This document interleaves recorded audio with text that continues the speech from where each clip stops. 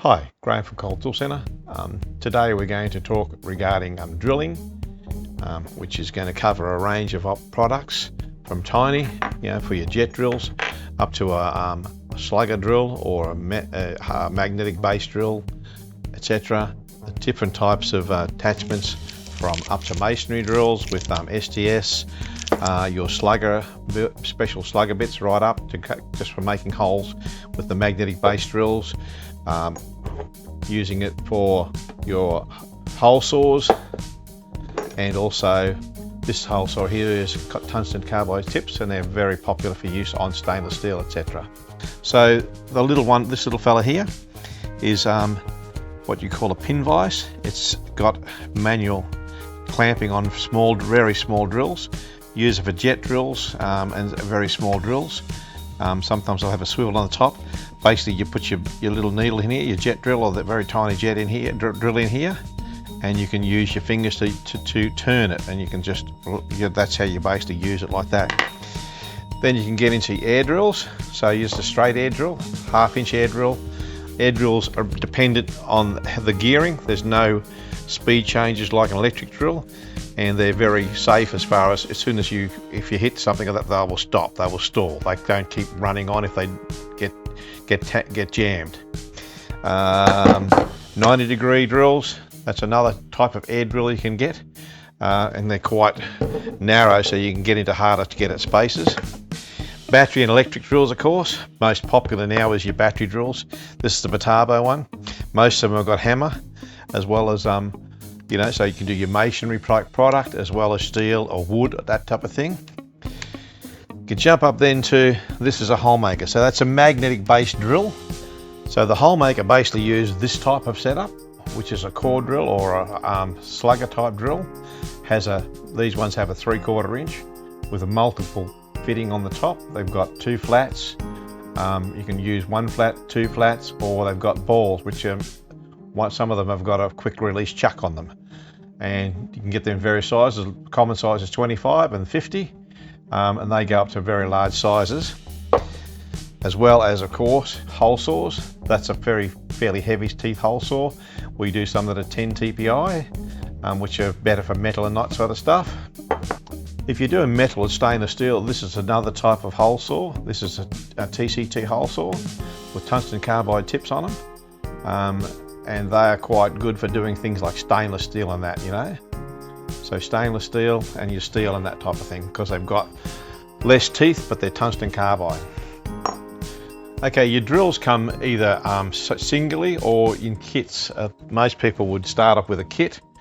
Your standard kits could be quite small kit, or you can go to a decent sized kit, which goes from the small, say 1/16 through to 1/2 inch, or the equivalent in metric. They're quite popular, and that's a standard high speed steel. If you've got harder materials, you start looking at stuff like cobalt.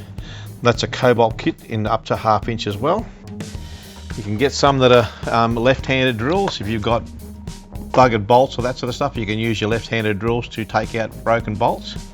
So there are many options of what type of product you're drilling and what sort of drills you can get.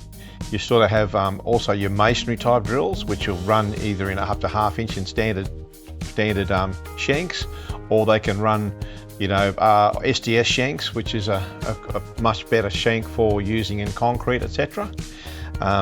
They're quite good, which in some of those drills have actually got hammer mode on hammer mode only, so they can chisel as well.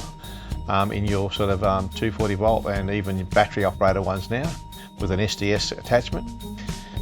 As far as drilling goes, your bigger things become drill presses, and then you get proper dedicated drilling machines, for drilling all the time, bigger stuff, and they are sort of heavier, which makes it so that they're specifically designed for using as drilling only, whereas most of your drill presses are designed for workshops and that. They're a belt drive system. And general purpose up to 16 or 20 millimeter, about a 1.5 horsepower motor, and about a 1.5 horsepower motor on them, and they'll either be a bench drill or a pedestal drill normally. These are your masonry type drills like SDS. They have nice big grooves in there which stop them from turning and support them in the head, the special in the drill, so it'll be an SDS plus drill would fit that. They're quite solid for, you know, drilling concrete and that sort of stuff, masonry. And up to about 1/2 inch you just would have a plain shank on high-speed steel. Standard high-speed steel drills, cobalt drills, some masonry, your then SDS, etc. Chisels, and some multi-function drills there which do masonry, all that type of thing as well, and of course hole saws.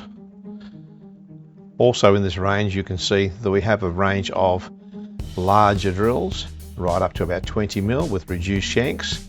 They're quite popular. With drill presses we have two main types.